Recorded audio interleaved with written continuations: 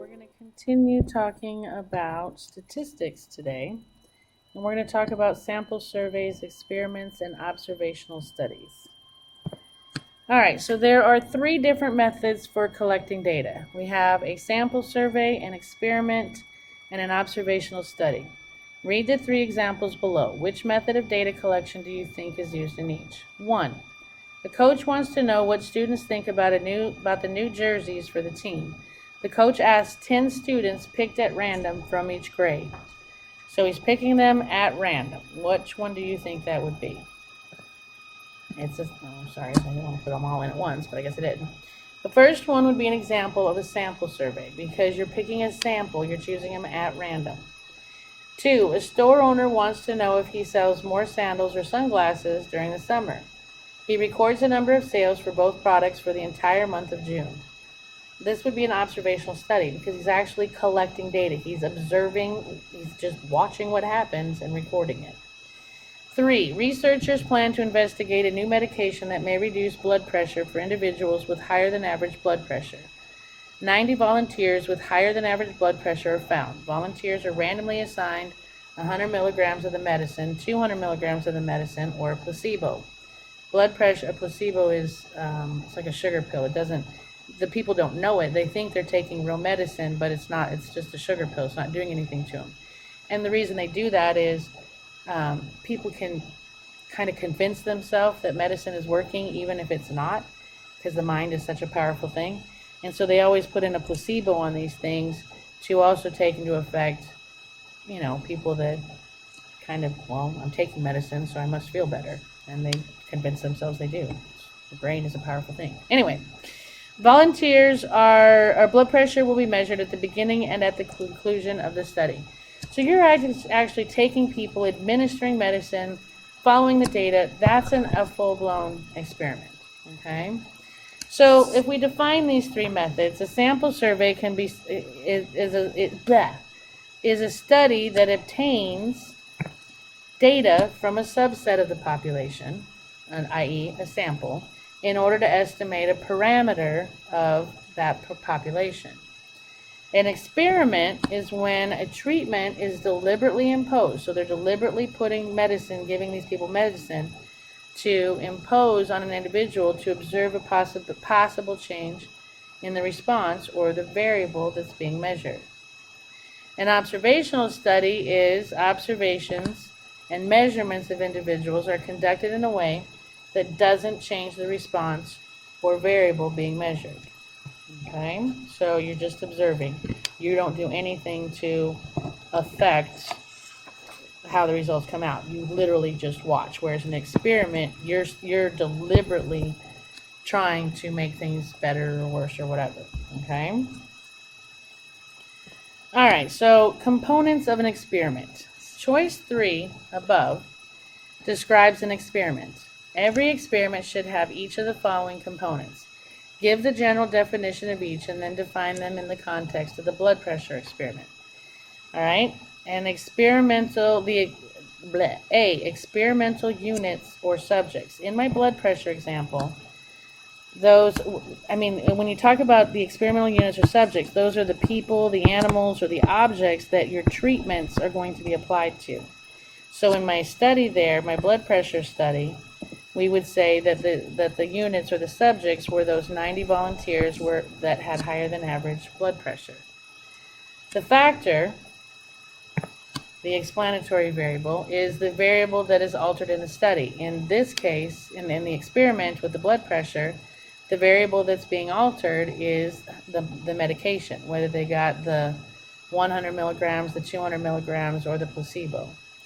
And your treatments are the different ways in which the variable are applied to the units or subjects, which was either the 100 milligrams or the 200 milligrams, or they received the placebo.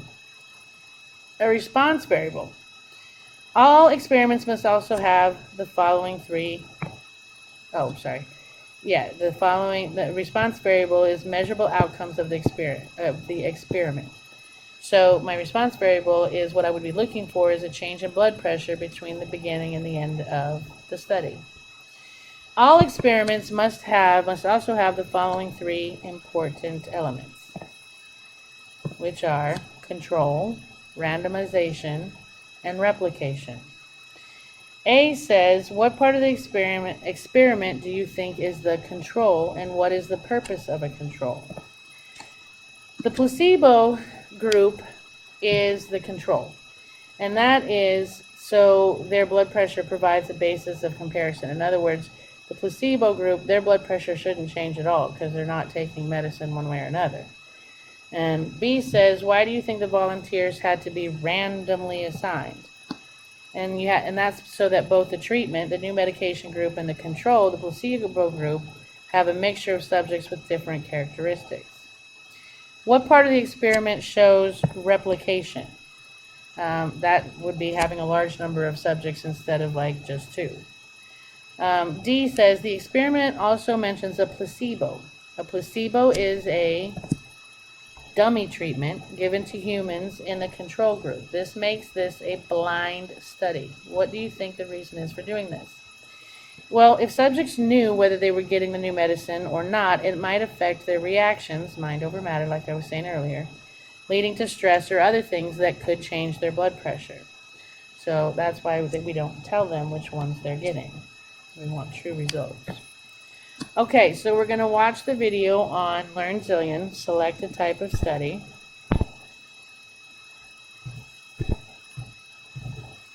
If I can get it to go.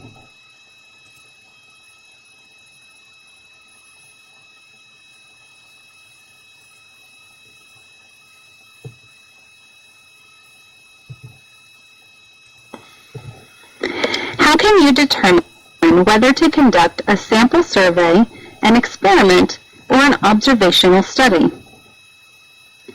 In this lesson, you will learn why and when to conduct a sample survey, an experiment, and an observational study by considering the purpose, some advantages, and some disadvantages of conducting each. Let's review. In surveys, individuals know that they are being studied, and that knowledge could affect responses. In an experiment, something is being imposed on an individual. Experiments are used to show that a change in one variable causes a change in another variable. In observational studies, the individuals do not know they are being studied. The conductor of the study only observes. How can you determine whether to conduct a sample survey, an experiment, or an observational study? Let's compare the advantages and disadvantages of each. In a survey, the advantages are that they can be administered in a variety of forms. They are efficient for collecting data from a large sample by selecting certain parts of the population or using screening questions. They can be designed to focus only on the needed response questions, like a magnifying glass allows us to look closely at small details. And they are applicable to a wide range of topics. Some disadvantages to surveys are that they are dependent upon the respondent's honesty and motivation when answering. They can be flawed by non-response, which is when someone can't be reached or refuses to answer. And they can possess questions or answer choices that may be interpreted differently by different respondents, such as the choice agree slightly. The main advantage to an experiment is that it establishes causation, which means that we can say that changes in one variable lead to changes in another variable. The disadvantages are that sometimes experiments can be expensive in terms of money and time. And sometimes there's a problem of ethics. For example, we wouldn't want to conduct an experiment that would intentionally harm the participants, like requiring them to start smoking. And finally, there are possible experimenter effects which may bias the findings. The appearance or attitude of the experimenter may affect the subject's behavior. The advantages to an observational study are that they are fairly simple and inexpensive. They give you first-hand information because the observer is seeing with their own eyes what's going on. And they can help you gain a deeper understanding of the processes that surveys cannot obtain. You gain more information by observing. Some disadvantages to observational studies is that there are possible observer effects which may bias the findings. The observer may apply their own interpretations to what they see. Again, there's a problem of ethics. For example, we wouldn't want to conduct a study in which we observe participants in an activity that people expect to have privacy, like setting up a camera in a public bathroom to see if people wash their hands after using the restroom. Possible reliance on subjective measure. For example, a question might be about soda, but the responder applies it to a particular kind of soda. And finally, observational studies cannot determine causation. In this lesson, you have learned why and when to conduct a sample survey, an experiment, and an observational study by considering the purpose, some advantages and some disadvantages of conducting each.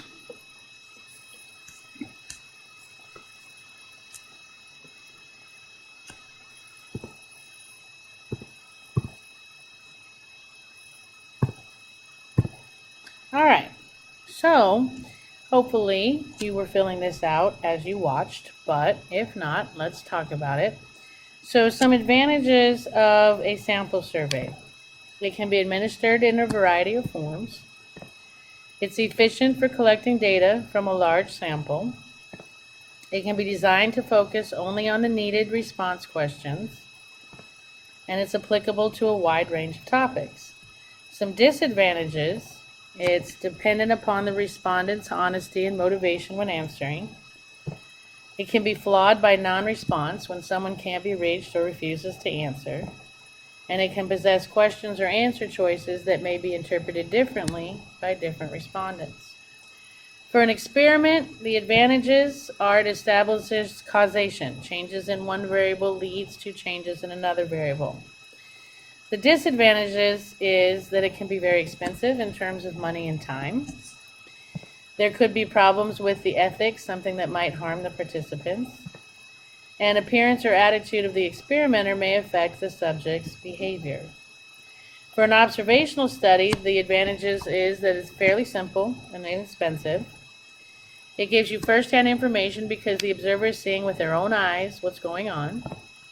It can help you gain a deeper understanding of the processes that surveys cannot obtain.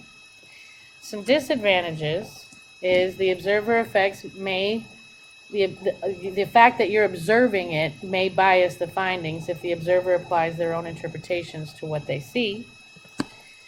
There may be a problem with the ethics, like invading somebody's privacy, and reliance on a subjective measure based on a person's personal feelings or opinion. And you cannot determine causation from an observational study. So, 1 says a store owner wants to know if he sells more water or sports drinks. He records the number of sales for both products. What is the data gathering technique used? A sample survey, an experiment, or an observational study? Well, all he's doing is watching and recording. So this would be an observational study. 2, a nutritionist wants to know if taking vitamins keeps people from getting colds. She gives 100 people a vitamin supplement for 2 months and compares the results to 100 people who do not take vitamins. Determine whether the situation is an example of an experiment or an observational study. This has to be an experiment because the nutrition is selecting the people who would take the vitamins. Plus, she's not just watching, she's giving them something to see if it changes anything. Number 3, it says, a group researching dental health instructs a group of 100 people to brush twice a day for at least 2 minutes each time. Another 100 people were told to keep their usual brushing habits. After 6 months, the people who were told to brush for 2 minutes twice a day were significantly less likely to have cavities than those told to brush as usual. The study described is a randomized comparative experiment. Describe the treatment group, and the control group. All right. Your treatment was brushing your teeth twice a day for at least 2 minutes each time. Your treatment group was the 100 people that you selected to brush twice a day, and the control group were the 100 people that you told to keep their usual brushing habits.